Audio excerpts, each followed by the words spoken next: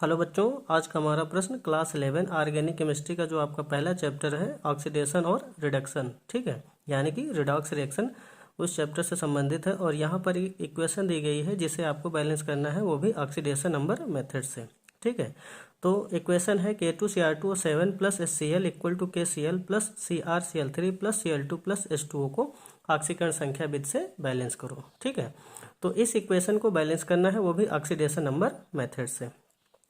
तो बच्चों सबसे पहले हम क्या करेंगे, इस इक्वेशन को एक बार फिर लिख लेंगे, ठीक है। तो इस इक्वेशन को हम यहाँ पर फिर लिखेंगे। इक्वेशन है हमारी K2Cr2O7 plus HCl equal to KCl plus CrCl3 plus Cl2, ठीक है।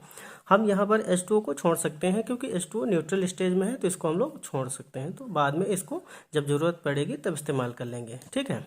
तो इक्वेशन को इस तरीके से सबसे पहले हमें लिख लेना है। अब इसके बाद में ऑक्सीडेशन नंबर मेथड से यहाँ पर इक्वेशन को बैलेंस करना है। तो हम लोग क्या करेंगे, सबसे पहले इन परमाणुओं की ऑक्सीकरण संख्या लिखेंगे।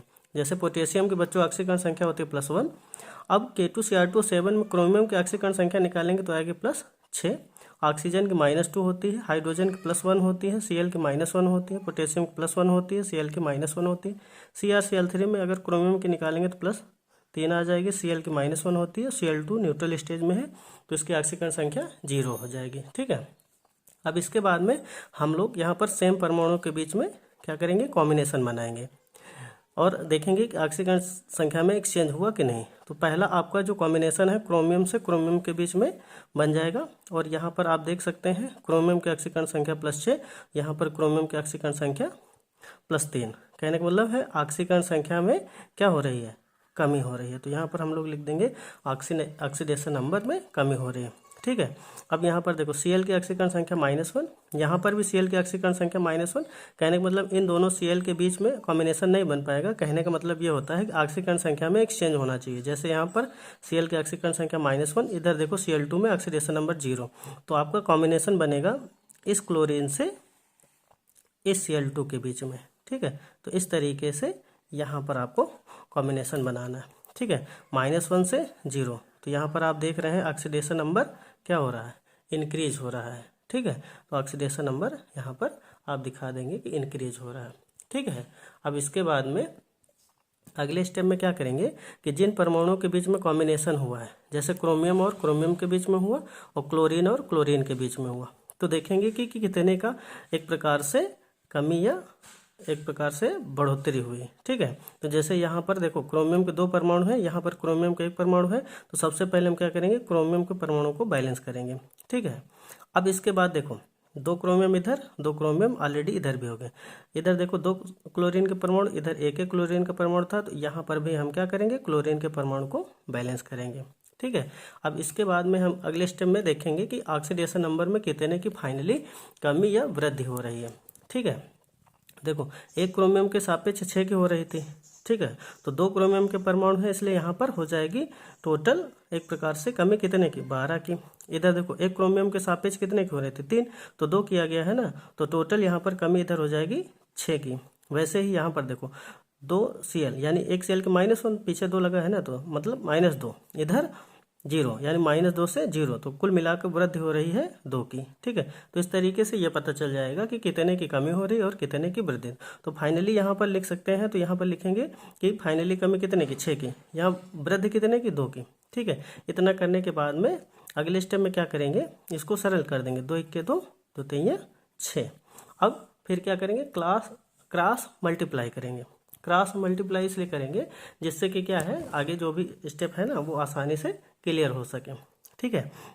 कहने का मतलब ये क्रोमियम से क्रोमियम के बीच का जो आपका हाफ पार्ट है, इसमें आपको 1 से गुणा कर देना है, और ये जो Cl से Cl2 के बीच का है, इसमें आपको क्या करना है, 3 से गुणा कर देना है, ठीक है। तो अगले स्टेप में हम लोग क्या करेंगे, इक्वेशन को लिखेंगे। तो इक्वेशन हो जाएगी K2Cr2O7 प्लस, अब इसमें 3 से गुणा करेंगे तो यहाँ हो जाएगा 6HCl equal to KCl plus, यहाँ पर क्या हो जाएगा, यहाँ पर तो गुणा होगा नहीं क्योंकि ये आपका तो स्टेप क्रोमियम से है, तो यहाँ पर 2CrCl3 रखेंगे और इसमें गुणा करेंगे तो इसमें हो जाएगा आपका गुणा कितने से, 3 से तो 3Cl2, ठीक है, इतना कर देंगे। ठीक है, अब इसके बाद में अगले स्टेप में देखेंगे कि और कौन कौन कौन से परमाणु बराबर नहीं हुए। देखो क्रोमियम ऑलरेडी बराबर है, ठीक है। अब इधर आप देख सकते हैं क्लोरीन के 6 परमाणु, लेकिन इधर क्लोरीन के परमाणु अभी ज़्यादा है, तो उससे पहले हम लोग क्या करेंगे, पोटेशियम के परमाणु को बैलेंस करेंगे। देखो इधर K2 है ना, इधर आपका K है, तो इधर हम लोग क्या करेंगे, 2 से गुणा कर देंगे, जिससे कि पोटेशियम आपका बैलेंस हो जाएगा। अब इसके बाद में क्लोरीन बैलेंस करते हैं। देखो 2 Cl के परमाणु यहाँ और 2 3 6 और 3 दूना 6, कुल मिला के 6 6 12 और ये 2 आपके 14। तो 14 क्लोरीन के परमाणु अभिक्रिया के दाहिनी तरफ है और इधर कितने हैं, अभिक्रिया के बाईं तरफ 6 हैं। तो इधर हम लोग क्या करेंगे, 14 Cl कर देंगे, तो इससे क्या होगा कि इधर भी आपके 14 क्लोरीन के परमाणु हो जाएंगे। तो अगले स्टेप में लिखेंगे तो K2Cr2 और 7 plus 14 HCl equal to 2KCl plus 2CrCl3 plus 3Cl2, ठीक है। इस तरीके से क्लोरीन के परमाणु बैलेंस हो गए। अब इसके बाद में ऑक्सीजन के परमाणु बैलेंस करेंगे। इधर कितने ऑक्सीजन के परमाणु हैं, 7। इधर ऑक्सीजन के परमाणु नहीं है, तो ऑक्सीजन के परमाणुओं को बैलेंस करने के लिए क्या किया जाता है, H2O के अणु जोड़े जाते हैं। तो जितने आवश्यक हो उतने जोड़ेंगे। जैसे इधर ऑक्सीजन के 7 परमाणु है, तो इधर हम लोग क्या करेंगे, अपक्रिया के दाहिनी तरफ 7 H2O के अणु जोड़ देंगे, जिससे कि क्या होगा, ऑक्सीजन के परमाणु बैलेंस हो जाएंगे, ठीक है। अब इसके बाद में सबसे लास्ट में हाइड्रोजन के परमाणु बैलेंस करेंगे। देखो इधर जब 7 H2O जोड़ा गया तो आपके 14 हाइड्रोजन इधर आप देख सकते हो दिख रहा है, और इधर आपके ऑलरेडी देखो 14 हाइड्रोजन HCl में है। तो इस तरीके से आप कहा जा सकता है कि ये इक्वेशन जो है ना, ऑक्सीडेशन नंबर मेथड से बैलेंस हो चुकी है, ठीक है। तो इतना आपको करना था।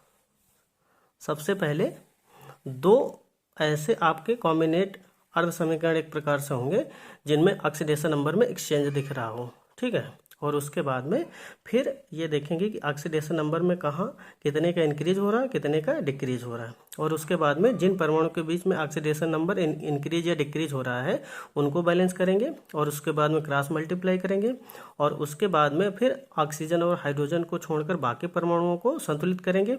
सेकेंड लास्ट स्टेप में ऑक्सीजन के परमाणु को बैलेंस करेंगे, और सबसे लास्ट में हाइड्रोजन के परमाणु को बैलेंस करेंगे।